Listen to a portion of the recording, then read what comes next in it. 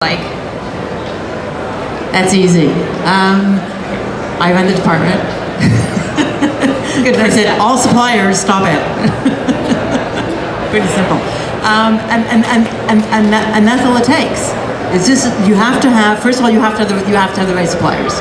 Right? Your suppliers have to be able to listen to you, and you have to be able to talk to your suppliers. And your suppliers have to respect you. You have to respect your suppliers back. So when you ask the supplier something, that they're able to, that they're willing to listen to you. And of course, you're asking the supplier to do something that saves them money, they're very willing to do it with you.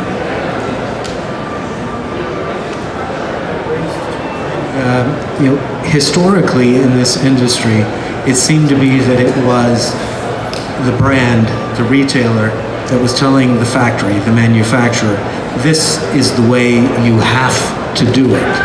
But I think what I was hearing Pam say earlier is that it needs to be a multi-directional conversation where you're asking everyone to actually put some thought, some creativity, some innovation into new ways of solving an old problem, or maybe it's a new problem.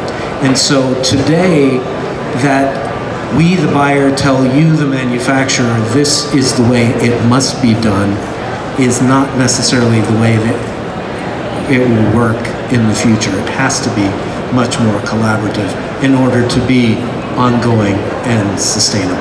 The brand doesn't want it to have to dictate. We don't want to have to dictate. We want people to say, you know, you ask us to do something, but we can't do that. But this is what we can do. That's really collaboration, and that's a sustainable business model. And that's what a brand, as a retailer, that's what we want to hear. I don't want it to dictate to the world. I don't know everything. You know, we really don't. Everybody has something to say and ideas, and we have to work together to get there. Very good point.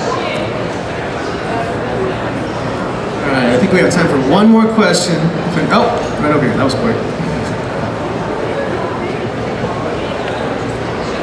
Now this question is for any one of you. Do you see an increasing demand for plant-based leathers such as muskin, Pediatex, or apple leathers? Repeat that last part again for a sec. Sorry, I couldn't quite hear you. There's a new brand, I can't remember the name, that makes shoes out of a leather from apples. So do you see an increased demand for plant-based leathers? I mean, I personally haven't encountered that until this moment, but that sounds very intriguing. I mean, it's this brings to mind, though, I mean, I'm sure 25 years ago, nobody had heard about certain other fibers that are existing, and this is how groundswells start. And I mean, I guess the bottom line will always be about how durable such a product is and what the demand is like. But I can only imagine that there's certainly a movement amongst the fiber side of things, veganism of a sense, and people are quite aware of it now, so we do get asked a lot about that.